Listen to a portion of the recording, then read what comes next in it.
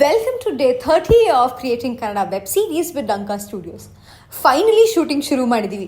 Outdoor ಶೂಟಿಂಗ್ನ ಮೊದಲನೇ ಸ್ಕೆಡ್ಯೂಲಲ್ಲಿ ಮುಗಿಸ್ಕೋತಾ ಇದ್ದೀವಿ. ನಾವು ಯೂಸ್ ಮಾಡ್ತಿರೋಂಥ camera Canon R6 Mark II. ಹಾಗೆ ಸನ್ಲೈಟಿಂದ ಆಗೋ ಹಾರ್ಶ್ನೆಸ್ನ ಕಂಟ್ರೋಲ್ ಮಾಡೋಕ್ಕೆ ನಾವು ND ಫಿಲ್ಟರ್ನ ಯೂಸ್ ಮಾಡ್ತಾ ಇದ್ದೀವಿ. ನಮ್ಮ ವೆಬ್ ಸೀರೀಸಲ್ಲಿ ಬರುವಂತಹ ಕ್ರಿಕೆಟ್ ಎಪಿಸೋಡ್ನ ನಾವು ಶೂಟ್ ಮಾಡ್ಕೊಂಡ್ವಿ. ಔಟ್ಡೋರ್ ಶೂಟಿಂಗ್ ಆ್ಯಕ್ಚುಲಿ ಅಷ್ಟು ಈಸಿ ಆಗಲಿಲ್ಲ.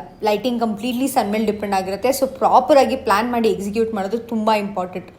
ಫಸ್ಟ್ ಲೊಕೇಶನ್ಗೆ ಬಂದು ಶಾರ್ಟ್ ಪ್ಲ್ಯಾನಿಂಗ್ ಮಾಡಿ ಆ್ಯಕ್ಟರ್ಸ್ ಜೊತೆ ಡೈಲಾಗ್ ರಿಹರ್ಸಲ್ಸ್ ಮಾಡಿ ಒಂದು ರಫ್ ಬ್ಲಾಕಿಂಗ್ ಐಡಿಯಾ ಇಟ್ಕೊಂಡು ಆಮೇಲೆ ಆ ಶಾರ್ಟ್ನ ಎಕ್ಸಿಕ್ಯೂಟ್ ಮಾಡಿದ್ವಿ. ಕಂಪ್ಲೀಟ್ ಔಟ್ಡೋರ್ ಸ್ಕೆಡ್ಯೂಲ್ನ ನಾವು 2 ದಿನದಲ್ಲಿ ಮುಗಿಸ್ಕೊಂಡ್ವಿ. ಆ್ಯಂಡ್ ಇನ್ನೂ 70% ಆಫ್ ದ ಪ್ರಾಜೆಕ್ಟ್ ಆಗಬೇಕಾಗಿದೆ.